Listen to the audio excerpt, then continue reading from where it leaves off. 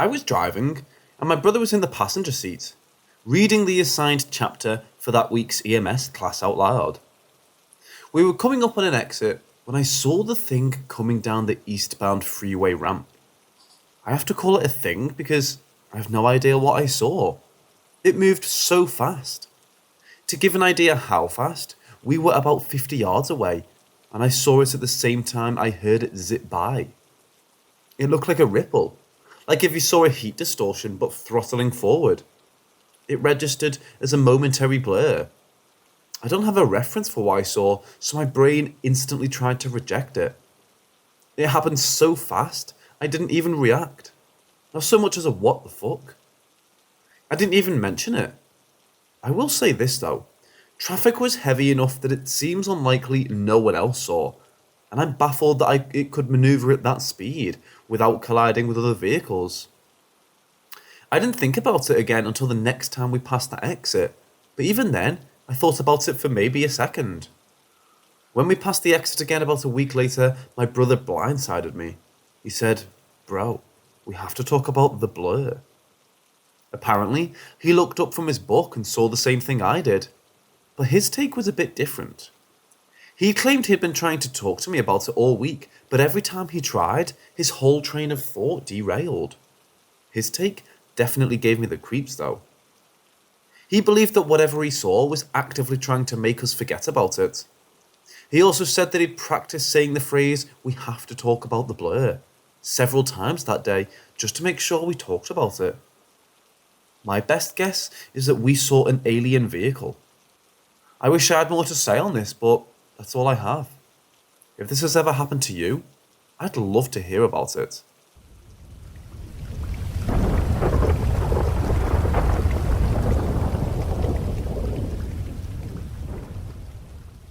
This happened not too long ago, but I'm writing from how I remember the encounter.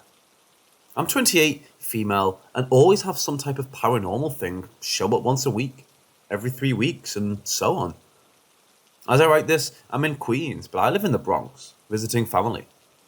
Anyway, I was sleeping in my bed. Just to give you an idea, my room in the Bronx is a small to medium-sized place. My room is small, but manageable enough to switch it up. My bed is near the window. The bookshelf is near the wall, next to the closet and door into the hallway leading to the kitchen.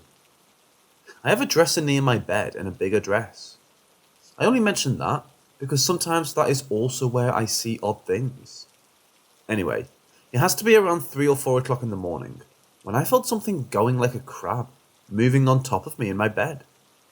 I wake the heck up thinking it's a family member or the cat, but neither. All I see is a dark shadow of something like a male figure, but a shadow, near the bottom, moving from side to side of the bed. I wanted to move, but I felt like I couldn't for whatever reason, so I just kept my eyes directly at it. It was using its arms, like a crab walking on my bed. This happened for a few minutes before I finally woke up from not being able to move, and my half-awake, half-asleep self.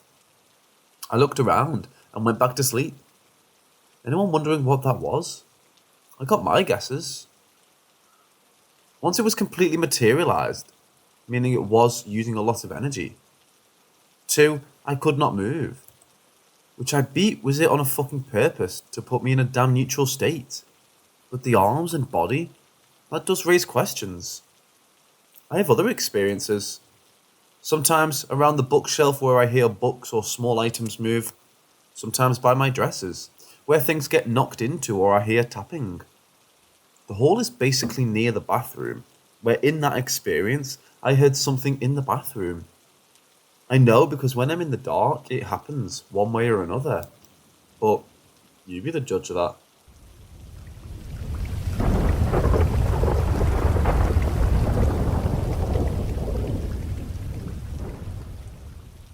Lately, I've been seeing things and I didn't think anything of it.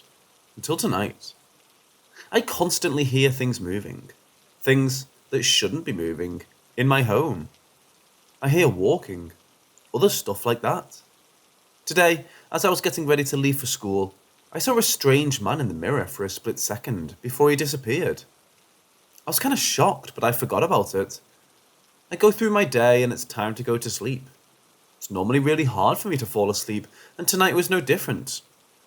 I tried to fall asleep and started having some weird dreams, nightmares. I woke up and thought nothing of it. Then I tried to go back to sleep. I had another strange nightmare, and this time, that same man I saw in the mirror earlier in the day was there. Needless to say, I was more shaken and frightened. I awoke and ran to the restroom to try and calm myself down. Then I tried to go back to sleep. Now this is the part that's making me write this post. When I was younger, say in middle school, I used to get sleep paralysis almost every night. And seeing things has never been a part of my sleep paralysis until tonight. I had another nightmare and realized I was half awake and paralyzed. Something that hadn't happened in years. But this was different. I was seeing things. That man. All I could do was whimper because I simply couldn't move. I was in shock, and then something else strange happened. I felt something enter my body. Some kind of energy. I don't know how to explain it. My whole body shivered as I felt this and was having this vision. It was like nothing I've ever felt before. I got extremely cold and even more frightened. I finally got out of the paralyzed state and tried to make sense of things, but I simply couldn't. I'm just really in shock and don't know what to do. So I came here. I just want to know if anyone has ever experienced anything similar and how they dealt with it.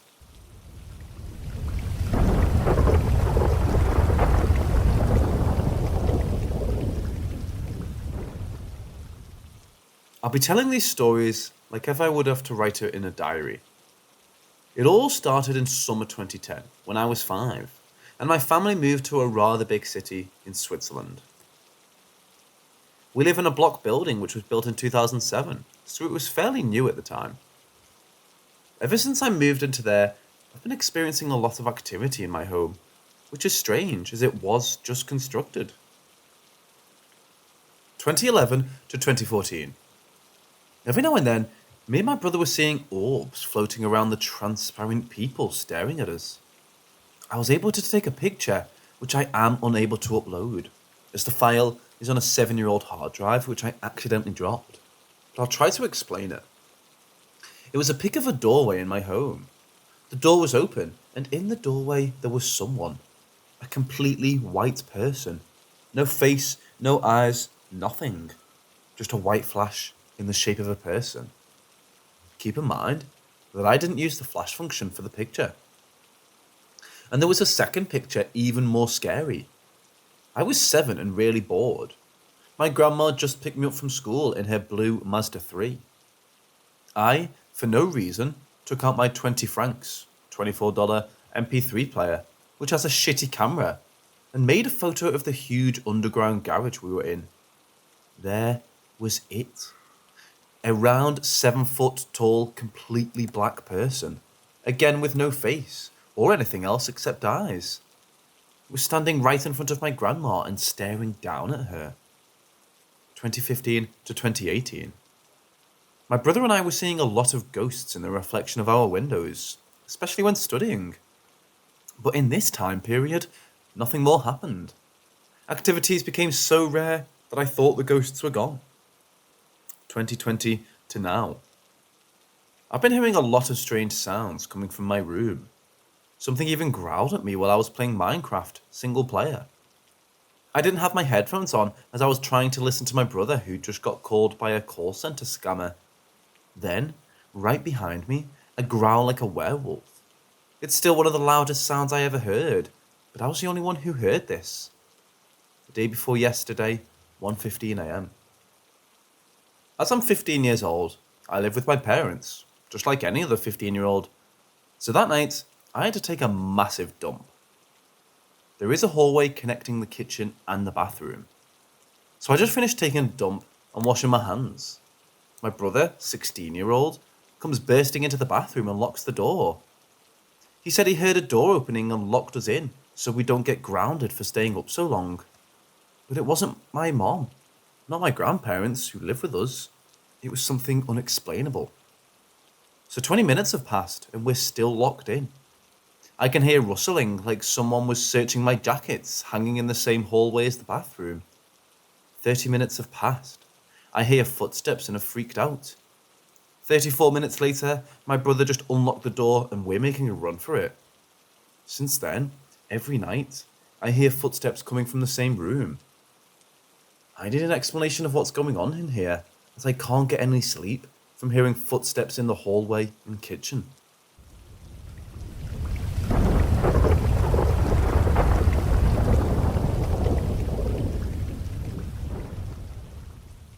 I grew up on a farm that was settled by my great-grandfather in the 1800s. To this day, whenever I go back, I and anyone with me feel like we're being watched and that we're not welcome. My childhood was filled with terrifying interactions with the paranormal. My closet door would fly open in the middle of the night. My siblings and I would hear banging and voices all night and would discuss what we heard in the mornings. On a weekly basis, I would hear this cackling, growling sound getting closer and closer to my bed, eventually hearing it right beside me, and then feeling something push me into my bed and tell me it was going to drag me to the pits of hell. I would assume this was sleep paralysis, except for some noticeable things that happened afterwards. One evening after the threats, I went to my sister's room as my mother was sleeping in her bed because she was scared. I walk into her room and a floating head was on her bedpost, turning in circles, making the cackling sound. I went back to my room for a sleepless night. A few nights later, I heard the cackling again, getting closer and closer. I pulled the covers over my head and waited for the inevitable. My sister then screams at the top of her lungs, sending us all running to her room. She had heard the cackling and a ghost of a woman flew into her room, right above her bed. Terrifying. I won't get into details unless asked, but we messed around with a Ouija board my parents bought us for some reason, including once when we snuck it into a church, which was the craziest thing I've ever seen. It was like adding fuel to fire. Eventually, things quieted down after they got someone in, unsure who, and they determined there was a portal to hell in the closet and put some crystals around the house. The house to this day still has that eerie feeling of being watched and the feeling of not being wanted. I've been periodically stalked by entities since, but that's ended since I became a Christian.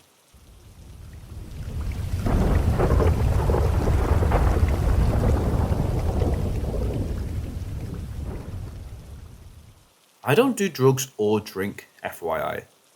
This is not my first experience with things that have eye shine, other than animals. This is not my first time seeing a shadow person. However, this is my first time seeing two shadow people at the same time, and with eye shine. Through my new lizard tank I just bought yesterday. Needless to say, I flipped out and ran to get my parents and brother to come see them. When I came back, they were gone. I was not thinking well at the moment to take a pic or video of it. Damn it. But I have this story to share, and I hope someone will at least see this and tell me what the fuck I saw. I just got this new common lizard I saved at work. He or she is blind in both eyes and was very dehydrated and hungry. It wouldn't get off my finger the whole day, so my bro and I decided to get it a tank and keep him. Well, I put this tank together real late last night and went to bed. I woke up late for work, but I decided to go ahead and feed and water and check on the little guy. I put my face almost up against the glass to watch him, when on the back of the tank I saw what looked like a shadow, moving on the other side of the glass. I ignored it and didn't think anything of it until I saw a quick flash. I tracked it with my eyes and saw it flash a few times, then it came into focus. I thought I was seeing a cat's reflection on the window that was behind me, but then I could make out a general face shape of what I imagined was a person's face, but it was all smoky shadow. Right where a human's eyes would be were two perfect eye-shine globes. I could tell when it actually looked at me and saw me. It snapped its eyes on me and quickly disappeared from the back glass pane on the tank. That's when the second shadow figure appeared, with its eye-shine very bright and clear, almost like it had just walked up. And when it saw me, it started moving its head very, very, very fast, back and forth. I couldn't help it, but I started following its eye shine with my eyes when it started moving very fast back and forth. When it had my attention, it literally snapped its eyes onto mine, and I could not look away. It didn't flinch or move at all. That's when I freaked out and ran for my family to see if they could see this too. When I got there, the shadows were gone, along with their eye shine. To me, it almost felt like I was the creature in a tank being watched. Freaky feeling. It's been bothering me all day, and anytime I see a reflection anywhere, I'm always looking just in case I can see those things again.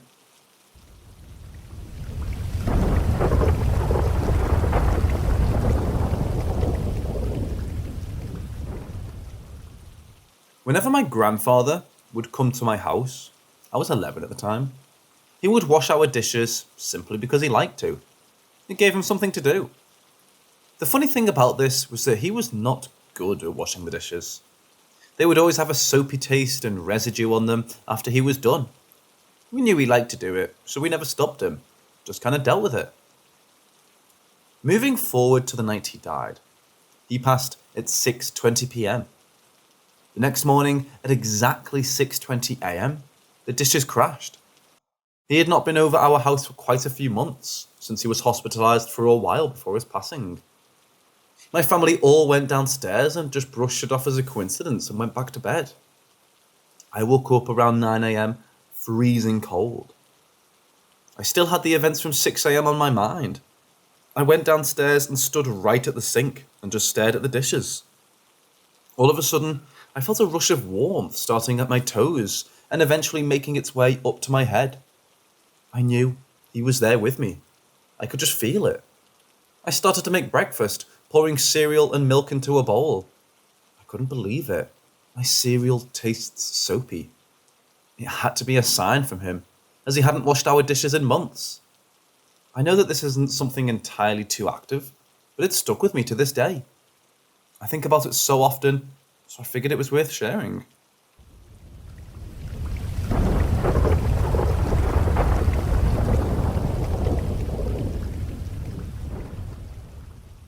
I live in a small town, right on the edge of a very popular wooded area that attracts a number of paranormal investigators every year.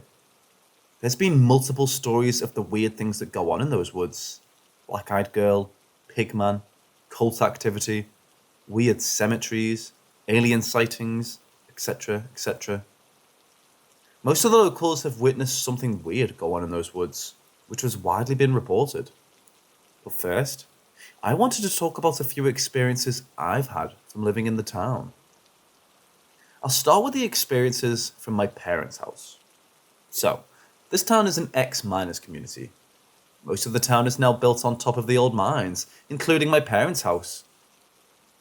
My parents' house is, in my opinion, 100% haunted. There's certain parts of the house I won't go into on my own. So, let's start from the beginning. We moved into this house back in 1999. Little things would happen, like things would go missing and turn up in weird places, but nothing major. Things started to pick up over time. One night my dad, who used to believe there was no such thing as ghosts, was up late doing paperwork. He heard footsteps on the stairs and thought it was my mom coming down. After they reached the hallway, they stopped. He thought this was a bit odd and was about to get up to see what was going on. That was when his glass of wine slid across the entire dining room table and smashed up against the wall. Another experience my dad had was when he fell asleep on the sofa and said he was thrown across the room, and he heard a man's voice tell him to go to bed. Personal experience that I've had in that house include seeing an apparition of some old-style boots walk behind me in the mirror, footsteps and voices heard in the hallway and dining room at night. The whole family has seen things move across tables and the fireplace. The thing that creeped me out the most is that we've all seen the face of a man appear on the living room window. The front of my parents' house has a very long driveway, so we know it's not just someone walking past. We've all seen it, including visitors to our house, and everyone has described it in the same way. The one experience that sticks with me the most is the time I was washing the dishes in the kitchen. It was pitch black outside, but all the kitchen lights were on, and you could see into the hallway. I saw the reflection of what I thought was my dad walking past behind me. I even felt someone walk past behind me. He carried on walking into the next room, which is a downstairs toilet. I started talking to him and thought it was a bit rude he didn't answer me. I then walked into the living room to find my dad sitting there. I asked him why he didn't answer me, and his response was he hadn't moved from the living room all night. But I know I saw a man walk past me. The room that creeps everyone out. The dining room. This room is an extension onto the house, and there's an archway connecting to the next room. There's something about this room and that archway that unsettles everyone. This is where a lot of the apparition activity has been spotted, including shadows, footsteps, and just a general unsettling feeling. I've also experienced someone tapping on the window from the outside of the dining room while I was home alone. The outside of the window is the garden, which is only accessible through the back door of the house. There's so many experiences that I want to talk about, which happened in my hometown. I just want to point out, I've been on a few local ghost hunts, and I've met a fair few mediums.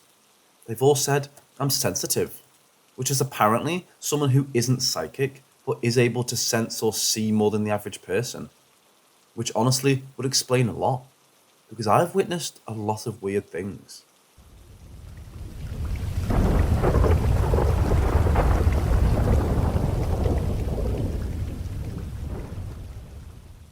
I visited my parents' house this evening for dinner, which reminded me of a few more experiences that I'd had in the house, which I'd missed from my previous story. So back when I was 18, I worked nights. I came home at 7 a.m. on a Saturday morning with my now fiancée. We used to work together, which is how we met. We were always super quiet in the morning because everyone else would still be in bed. We went straight into the kitchen as usual and clicked on the kettle to make a post-work brew before bed. I also forgot to point out in my last story that the very active dining room is the room attached to the kitchen, so you walk through it to enter the kitchen. Myself and my partner were quietly chatting away when we heard footsteps in the hallway which entered the dining room and abruptly stopped. We both heard, as clear as day, a woman started laughing. We both whipped our heads around thinking it would be my mom, but obviously there was no one there. Everyone else in the house was still asleep in bed. The following evening when I woke up, I spoke to my mom about what had happened in the kitchen. She told me that she had also been experiencing weird things going on in the house that week. At this point, we were used to the spirit of the man that lived in our house, but this was something else. It felt sinister. The following weeks brought some odd activity in the house. I and the rest of the household on different occasions heard a little girl skipping and laughing in the hallway. Female whispers and crying could also be heard in the night. My mom went to see a friend after this who was a psychic. She explained to my mom that this little girl had come into contact with her while in the local town. The girl had taken a liking to my mom and decided to follow her home. It wasn't the first time someone had come to see this psychic about this girl. Apparently, she had followed a few people home. We decided to get the house cleansed to send this girl home. However, the male spirit that we've nicknamed John still remains in the house to this day. Although the spirit of the girl has now left the house, there was something very unsettling about it being there. That atmosphere at the time changed in the house, and everyone seemed on edge.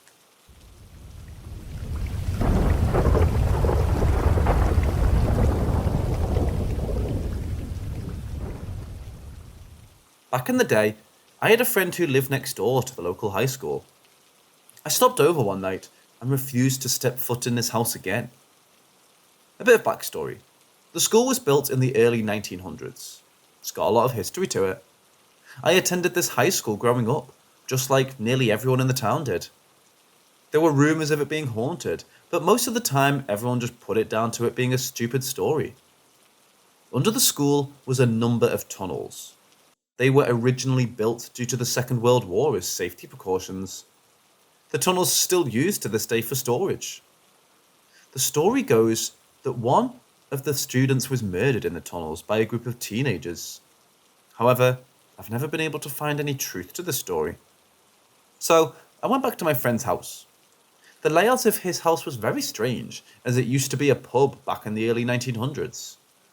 We were upstairs in his room, just talking. It was about 1 a.m., and it was just the two of us in the house. All of a sudden, through his bedroom window, was a flash of light. This obviously caught our attention, so we peered out the window. Directly out of his window, you could see the assembly hall of the school, which for some reason, all the lights were turned on. I looked at him as if to say, "What the fuck is going on?" And he said to me, "Just wait, you'll hear the singing in a minute." Lo and behold, we heard muffled singing coming from the hall. It carried on for about a minute, and then abruptly stopped, and all the lights switched back off in the school. I asked him what the hell that was, and he replied, "It happens fairly often. I've gotten used to it." We put a film on to calm my nerves as to what had just happened. Around an hour had passed, and we heard footsteps from outside his bedroom door, and it went eerily cold in his room. The pacing outside his door continued for just a minute, and then stopped. I was terrified at this point, but he didn't look bothered by it at all. I told him to explain to me what on earth was going on. He said to me, "This house is haunted by 5 ghosts.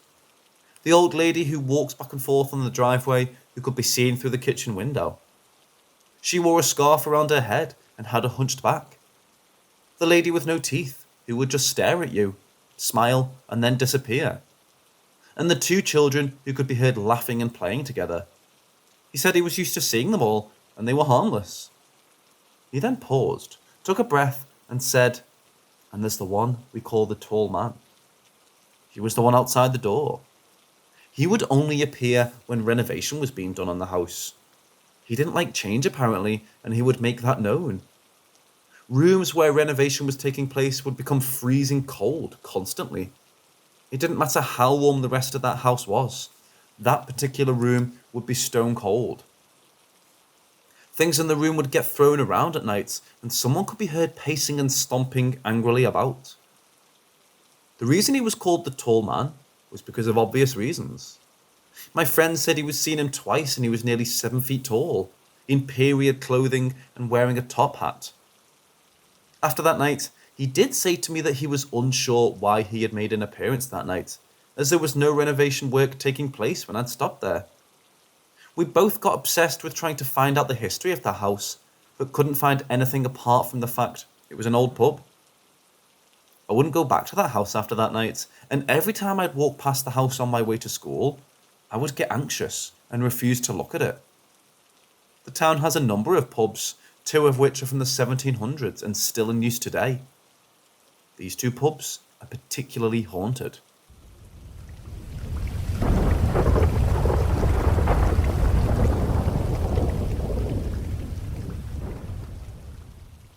The Cross Keys.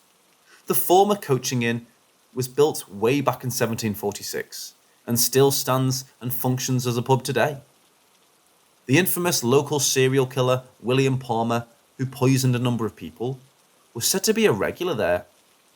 There's a story of him poisoning one of his possible victims in that pub. The pub is known for cold spots, people's drinks moving, voices and footsteps in the cellar, and numerous accounts of shadow people. William Palmer was eventually caught, and he was hanged for his crimes. It's his spirit that people believe still wanders the pub. The Four Crosses. If you're ever on the hunt for a truly terrifying experience, the Four Crosses is the place to go. Declared as one of the most haunted pubs in Britain.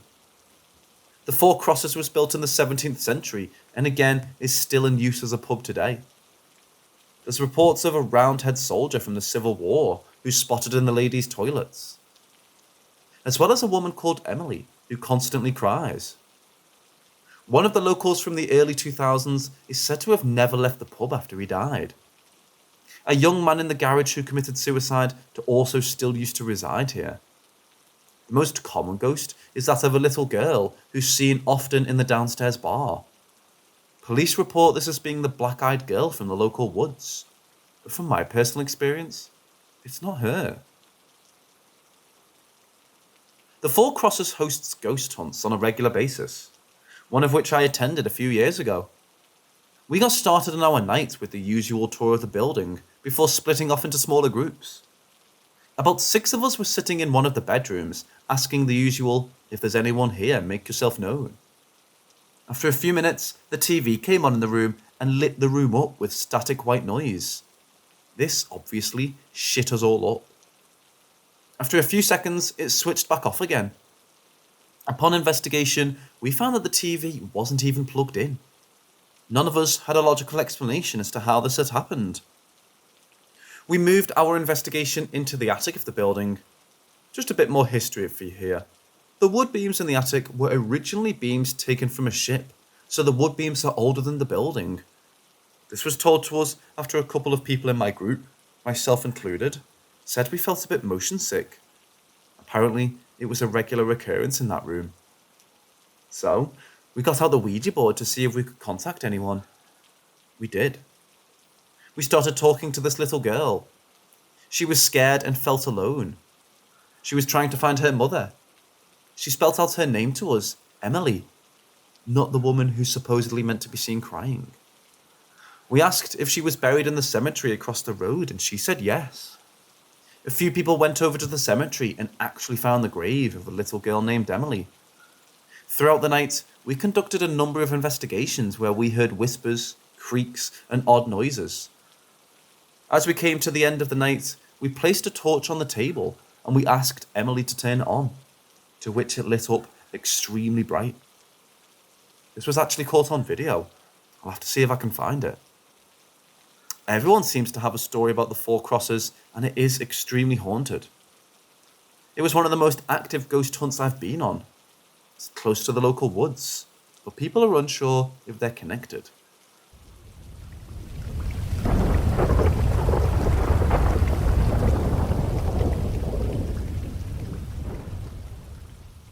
As I edge ever so closer to talking about the infamous woods, I thought I'd talk about one of the oldest locations in the town, which lies just on the edge of the chase.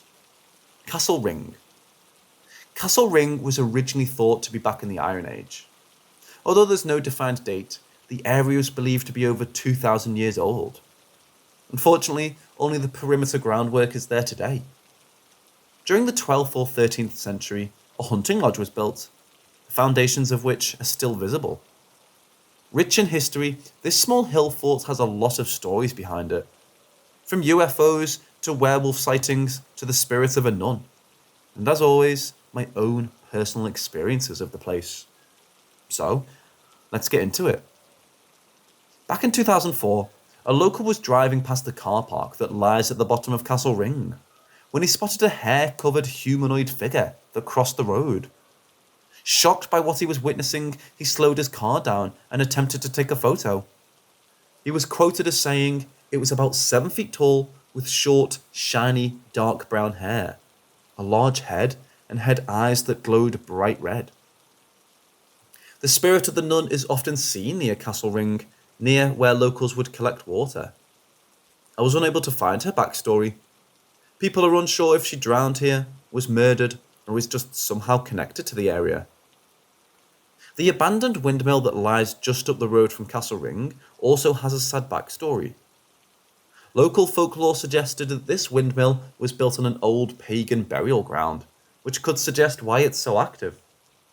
2 children also suffocated in the flower silo who are still reported to be active in the area to this day.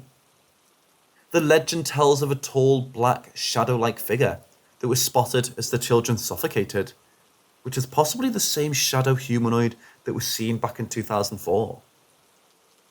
Earlier this year, while stuck in lockdown, I decided to take the dog for a walk as part of my daily allowed out once a day for exercise. I hadn't been up to Castle Ring for years, so I thought it would make a nice change to my usual walk. It was raining, so I knew hardly anyone would be out. I parked up and noticed my car was the only one there. I didn't think much of it, as this year has seen a whole load of weird. I started walking around the perimeter on the allocated path. As the path dipped into more of an enclosed wooded area, I started to feel very uneasy. I took out my headphones as something didn't feel right. My eyes started darting left to right as I felt like something was watching me. My dog, who loves everyone and everything, started snarling and barking at something in the woods. At this point, I decided to go straight back to the car. I picked up the pace and walked back on myself, constantly looking around. Out of the corner of my eye, something caught my attention. I snapped my head back around to catch what looked like a black shadow darting behind one of the trees. I ran back to my car and drove as quickly as I could away from that area. I now remember why I hadn't been up there in years. The last time I was up there, myself and a couple friends witnessed strange looking lights in the sky. The whole area just made me feel uneasy, and even thinking about it gives me the chills. I know I'm not the only one to have experienced weird things go on up there.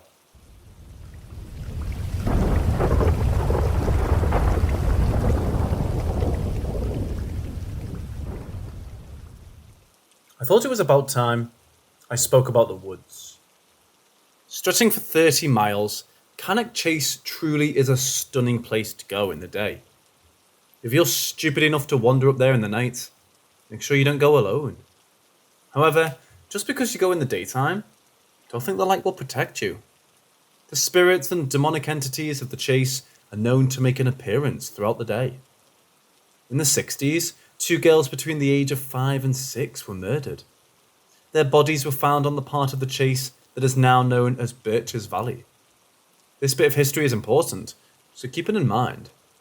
So, let's get into it. The most famous spirit that haunts the chase is that of the black-eyed girl. She doesn't appear very often, but when she does, it causes a media storm.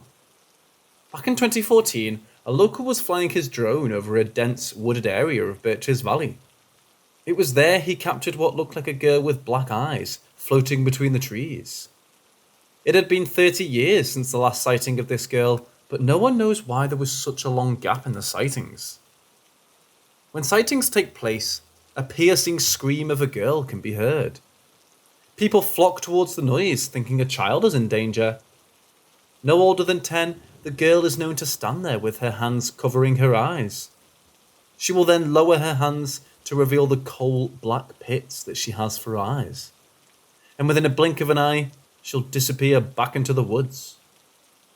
Every person that has witnessed her is given the same account. She does the same thing over and over. She will also only appear in the daytime.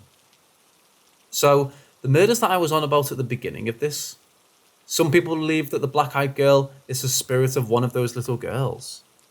It is said that around the time of the murders, another 7-year-old girl went missing, but her body has never been found. Just a bit more to add to this story that's slightly more close to home. Around 15 years ago, my father-in-law was driving back from work. He drove through the chase, just as many people do every day of their commute. He drove down the long stretch of road through Birches Valley. He looked in his rearview mirror to see 2 very young girls sitting in the back of his car. He slammed his brakes on and swerved his car. He came to a stop and checked the back seat again. Nothing. The girls had disappeared. He explained to me in much detail what the girls looked like, from the colour of their hair down to the clothes they were wearing. He's convinced to this day that the spirit of those little girls who were murdered had made their way into his car. The chase is covered in paranormal activity, from the demonic pigman to the copious amounts of sports reported to have seen. I love going up there for the beauty of the area, but it always feels as if I'm being watched.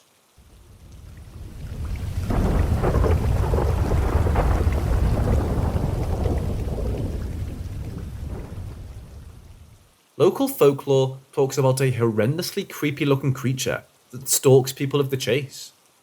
Ask a local about the pigman, they'll smile and tell you the story as if a ghost story to tell children. Ask them to go into the depth of Cannock Chase with you, and you'll see the look of horror take over their face. The story goes that a woman who was accused of witchcraft became pregnant. She didn't want to bring shame on her family by having a child out of wedlock, so she went deep into the woods to give birth. When her child was born, it was horrendously disfigured, supposedly due to the corruption of her practicing in witchcraft. She offered her child up to the woodland in hopes that she would be forgiven for the evil she had done. It's said she returned to the village where she soon died from a flu-like illness, taking her secret about her child to the grave with her.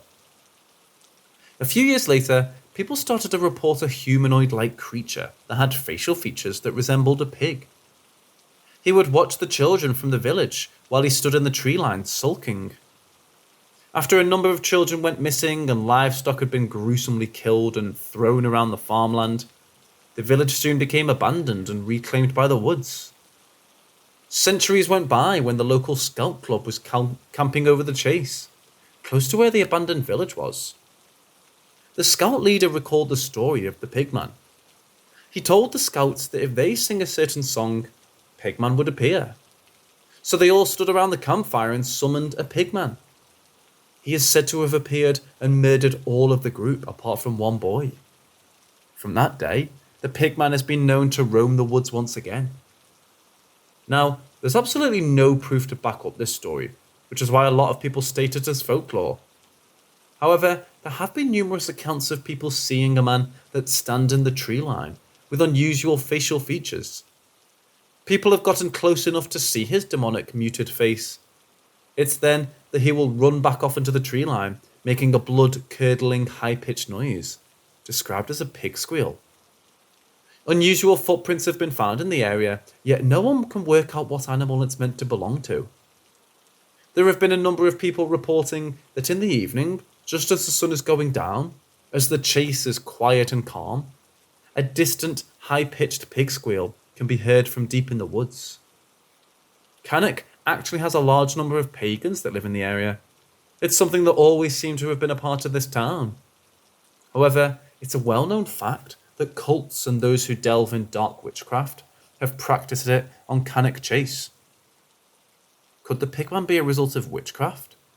Or is this entity something else entirely?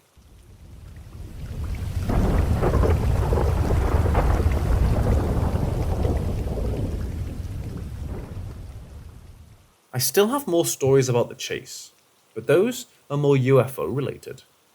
Tonight, I want to delve into Gaskin's Wood, part of the chase that lies between Hednesford Hills and Cannock Chase. This small wooded area has a sorrowful backstory. Back in the First World War, a couple lived close to the woodlands. The husband went off to fight and the wife was left at home. Months later, the letters stopped coming and the wife believed her husband had died at war. She moved on and started a relationship with one of her neighbours. She soon fell pregnant. The husband suddenly returned home from war, and upon finding out about his wife being pregnant, he murdered her in a fit of rage. It is said he dragged her body out into the garden and left her rotting there for 2 days while it snowed. He then took her to the woods where he chopped her up into tiny pieces and scattered her body. Eventually, after she was reported missing, he confessed to his crimes. The police were unable to locate her, and the husband agreed to show them where she was. He took them to part of the woods where a water container was, of which he showed the police her head. He had stuffed it between the water container and a pipe. The rest of her body was never found. The woods is named after her murder. Their last name was Gaskin, hence Gaskin's Wood. This part of the woods is a popular area for teenagers to camp, and I spent a number of weekends over there when I was younger. I used to cut through these woods on my way home and always felt on edge walking through there. Sometimes I would run through it just to get through the woods quicker. The one night, myself and a group of friends camped up there. We were pretty loud that night, and we were all just having a laugh, being usual teenagers. As the night drew on, we all eventually retired back to our tents. Around 4 a.m, we were woken by the noise of a woman wailing and crying around the campsite. A couple of us got out the tent to see what was going on. Nothing. We stood about reassuring each other that we weren't going mad and that we all heard it. It was quiet. The air was still. No birds, no rustling of trees from animals, nothing. It was eerie. That's when my friend went pale. His eyes looking straight behind me, he whispered, What is that?" We turned around to see a woman, battered and bruised, wearing a white nightdress, crying. But the thing that made us all stand there in shock and unable to speak was the fact we could see right through her. And just like that, she vanished, right in front of us. It's safe to say we quickly packed everything up and were home by 6 a.m. It's been around 10 years since I've stepped foot in that part of the woods, and you couldn't pay me to spend a night there again.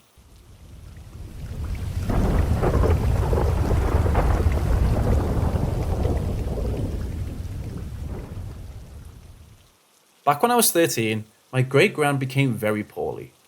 She was 93 at this point. She'd had an amazing life, but unfortunately, she was suffering from cancer. At this point, she was in the hospital of an end-of-life care. We knew she was going to die, and we were trying to make her as comfortable as possible. The one night I woke up suddenly and sat in bed. I remember seeing my alarm clock that said 3:04 a.m. At the end of my bed, I saw my great-gran. She was holding hands with my great-granddad, who had died 40 years previously. She was holding a bouquet of flowers in the other hand, and she was smiling. She came to say goodbye. I woke up the next morning thinking about how weird the dream I'd had was, and how detailed it was. After brushing this off as a dream, I went and spoke to my mum about it. She went pale as I explained in detail what I'd dreamed about. She told me that she had the exact same dream, and she remembered the clock in her room saying 3:03 a.m. My great-grandparents were both wearing and doing the exact same thing in both our dreams. At this moment, the phone rang. It was my granddad. He'd been crying, but was clearly trying to hold it together for the sake of the phone call. My great-gran passed away overnight at 2:57 a.m. To this day, I'm convinced that it wasn't a dream, and in fact, the spirits of my great-grandparents who came and visited myself and my mom to say goodbye.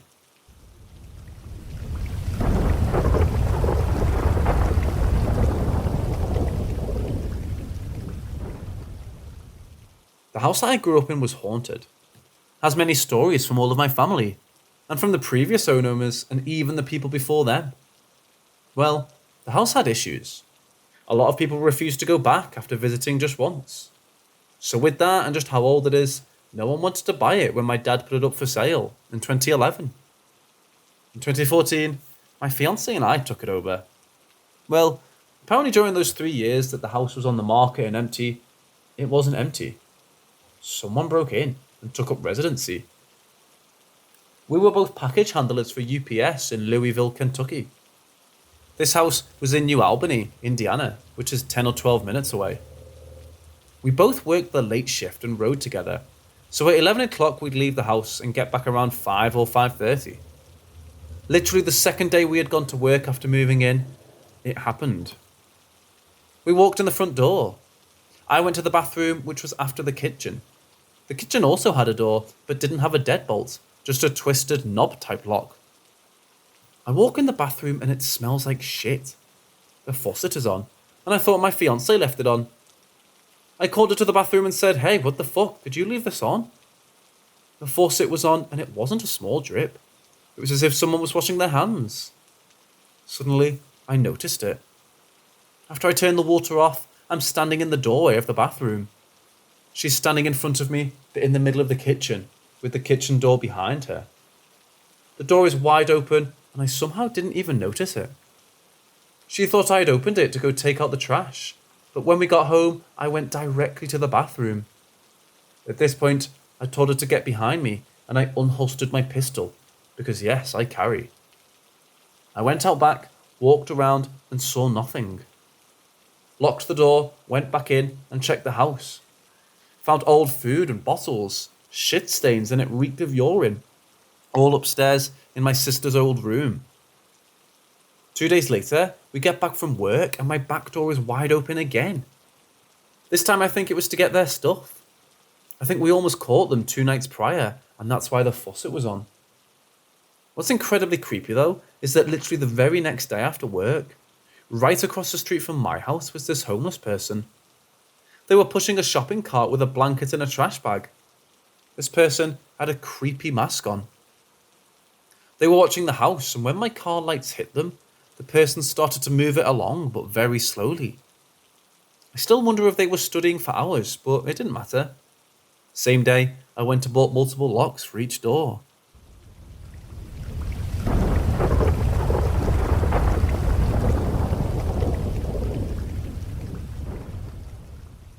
When I was either 4 or 5, I was alone and asleep in my bedroom.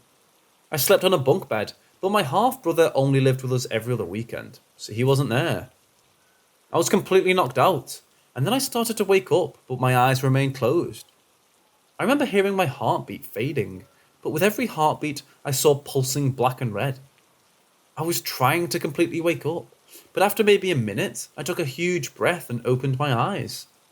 It was still dark outside, and I was breathing incredibly heavy. I was sleeping on my side and was about to raise my head and look at my closet behind me. As a kid, I hated my closet because the door would not close. It would close just enough to leave maybe a 2-inch dark gap. Remember, I'm in my bunk bed, about 5 feet high. The bed is parallel to the wall and the ladder is on the front side of the bed. My head rests right in front of the ladder. My closet is maybe 6 feet away, but along the same wall. So suddenly, I wake up and go to raise my head and turn to look at the closet and make sure it's still as closed as possible. Immediately, as I start to turn my head, a voice from directly behind my head stays, "Stop, don't turn around." I start to turn my head a little more. The voice then said, "If you look behind you," and something along the lines of, "We'll be dead and hanging on your back wall." As a stupid 4 or 5-year-old kid, at this point I'm terrified, but turn my head really fast to face this voice. And nothing. I got out of bed to turn my TV and light on and just sat there in terror for the rest of the night. It's been 21 or 22 years, and I can still see it so clearly.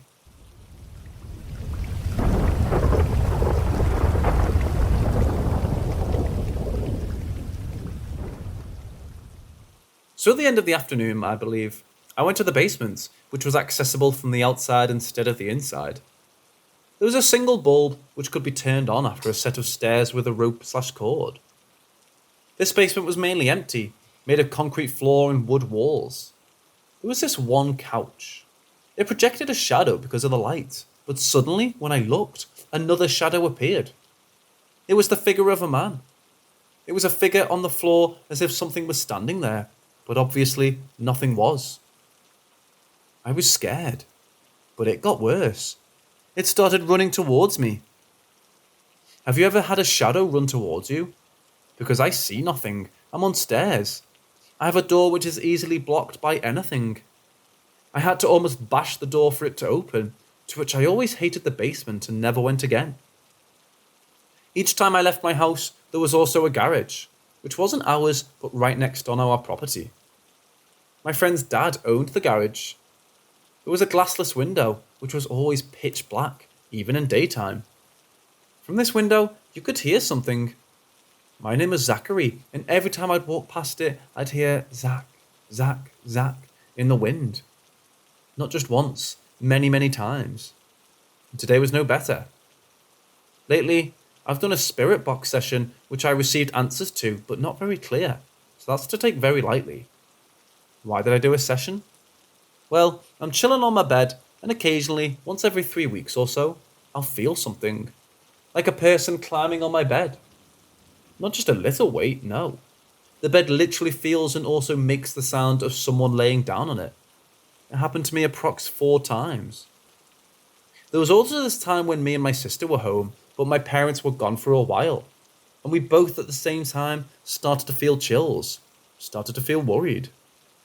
My sister also mentioned she heard on the first night, "Get out." I've seen shadows in my room, but not a lot of them. Only 2 since we're here, so it could be anything.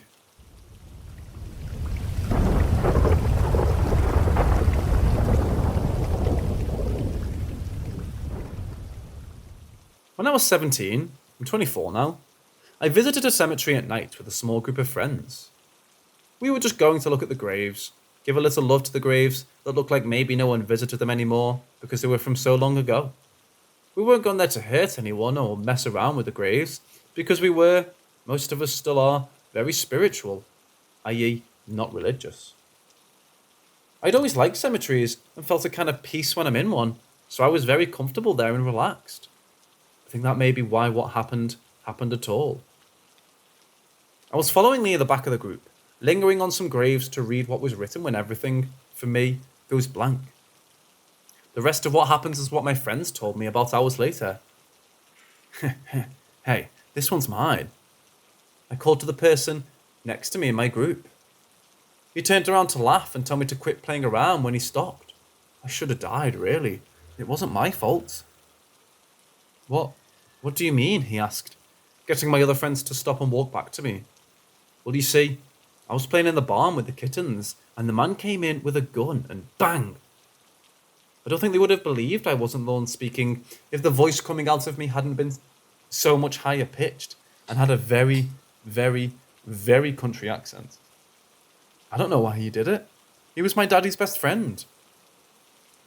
For the next 2 hours, I led them around the cemetery, pointing out graves and telling them about the people buried there like I knew them. One of my friends had a phone out to use as a flashlight and recorded everything I was saying so they could face check when we went back to the house we were staying at. Eventually I stopped again, frowning at a headstone. This is my brother. He got to live a long, long time. It's not fair. I wanted to live too, I said, stomping my foot before just collapsing on the ground. I didn't wake up until we got home that night, and I remember I had the worst headache of my whole life. My friend showed me the video. Then we all looked up as much as we could on the internet to see if I had been right. I was right about everything except one thing. The grave I had collapsed on top of hadn't been the brother of the girl who had supposedly possessed me. He had been the son of her father's best friend. The same best friend who she said shot her. I've never been back to that cemetery since. I'm afraid a little girl won't be the one to possess me this time.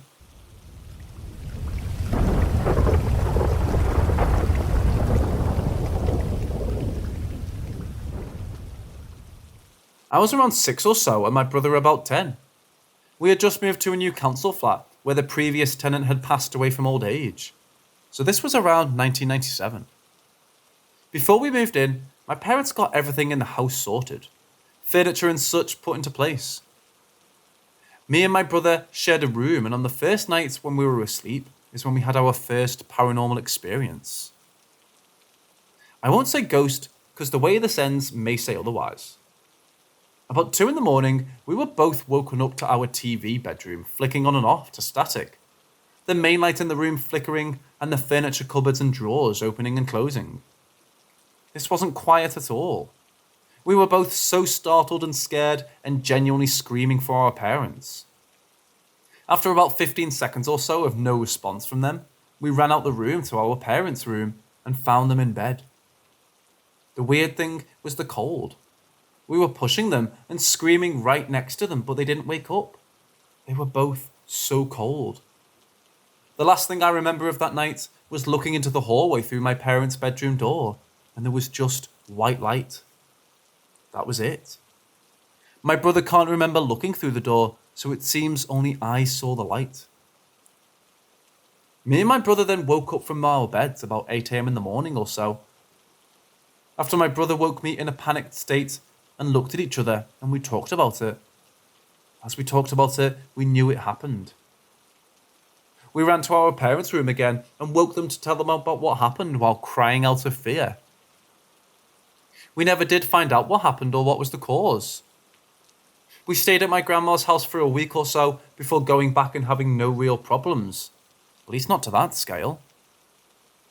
My dad was a huge skeptic of the paranormal, but even he experienced the weird footsteps in the hall on occasion. The weird figure in front of the bathroom door at the end of the hallway. We were, and still are, a poor family with health problems on my mom's side, so there wasn't much we could do. It never bothered us much, other than the weird sounds and sights, every so often. This still happens to this day for them. I've since moved out with a friend. Me and my brother are still adamant on what happened the first night, but we still don't know what happened in the end, or how we ended up back in bed. This may be a ghost story, or for all we know, an alien abduction. We have no clues and no way to find out.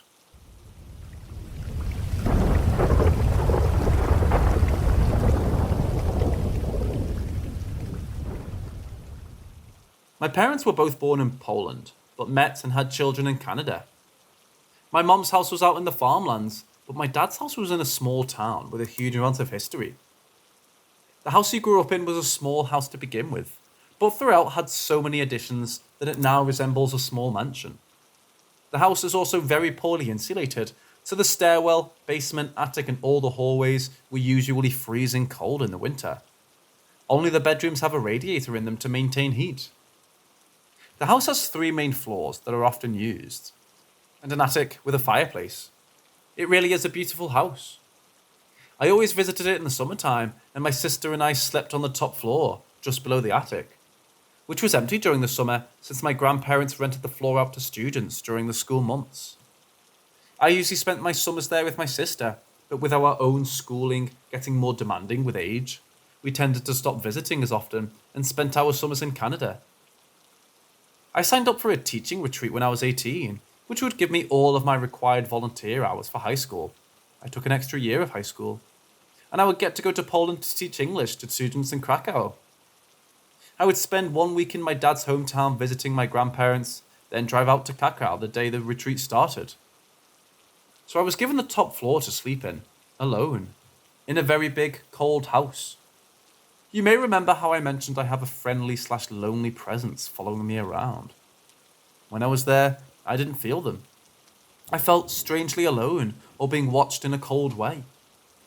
The day of the retreat, I woke up and showered. Then after putting my clothes on, I turned to open the door. This bathroom door has one of those fogged glass windows at eye level. You can't see anything really other than shapes and shadows through it. I reach for the handle, and before I get a hold of it, I see a tall figure approach quickly. Not taking steps, but just getting closer without bobbing up and down. It's an old house, so I would have been able to hear footsteps. I didn't. Then the door rattles with a loud bang, and the figure is gone. Now this happened really fast, all within the second of me grabbing for the handle and looking up through the window when I saw the figure. I thought, maybe my dad's fucking with me. We usually play stupid pranks on each other, so I opened the door quickly, ready to catch him. Nothing. Nobody. Not even footsteps running away. Just a really weird feeling of confidence in the air. But not my confidence. Still trying to find a rational explanation for this, I walk over to the stairwell thinking maybe he's just that fast. And I hear him mid-conversation with my 90-year-old grandparents. All the other people in the house in the middle of a heated conversation. Most Polish conversations are. Starting to feel like my brain was short-circuiting because this just didn't make sense. I ran through all the rooms, checking every curtain, window, closet. Maybe somebody broke in. Maybe a bird flew through a window and into the house, even though the window was closed and it was clearly human in shape. Anything to not believe it, because it really just felt unfamiliar and sinister. I later learned from the neighbour that the entire neighbourhood was built on top of a very old and demolished graveyard.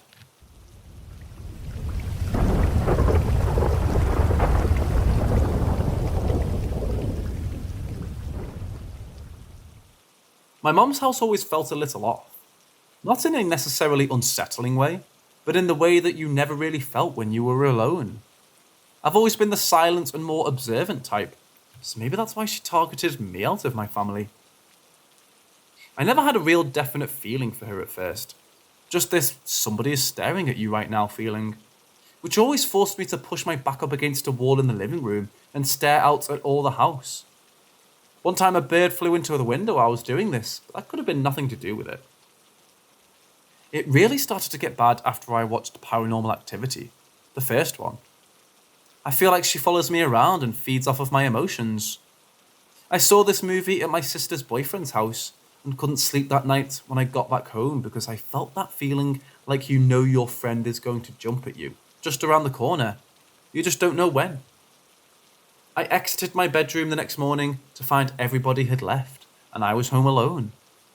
I wanted to go to the bathroom, but then suddenly heard one of the metal kitchen chairs sliding against the stone floor in the kitchen downstairs. I stopped and called out to my family again, and no one answered. I went downstairs and saw one of the chairs slide back, and make the same noises I heard from my bedroom. The metal against stone, but nobody was around. I doubled back into my bedroom and blocked the door with my body weight. Sat there until my parents came home, then rushed out to use the bathroom. After I moved out, that's when I felt her following me. That's also when I felt her getting closer to me, and when I started to sense she was also a woman. She started sliding things across tables and misplacing things. I'd leave my phone on the table in front of the couch, not get up at all, then reach back for it and it's gone. I'd throw the couch apart thinking it's behind the cushions, check the kitchen and the bathroom, and even throw the sheets off my bed thinking maybe I sat down there for a bit and forgot.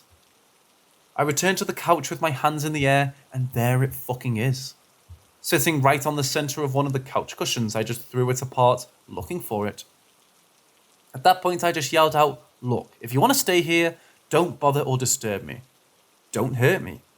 You can stay here only if you let me keep to myself, and you keep to yourself." Or something along those lines. After that point, things I know I lost years ago turned up in cabinets I didn't have at the time I lost them. I didn't hear footsteps around me anymore. My cats stopped staring at a corner and yowling. I still feel her watching. I know she's following me, but I kind of like her now. But I can't stop thinking, maybe she's waiting for something.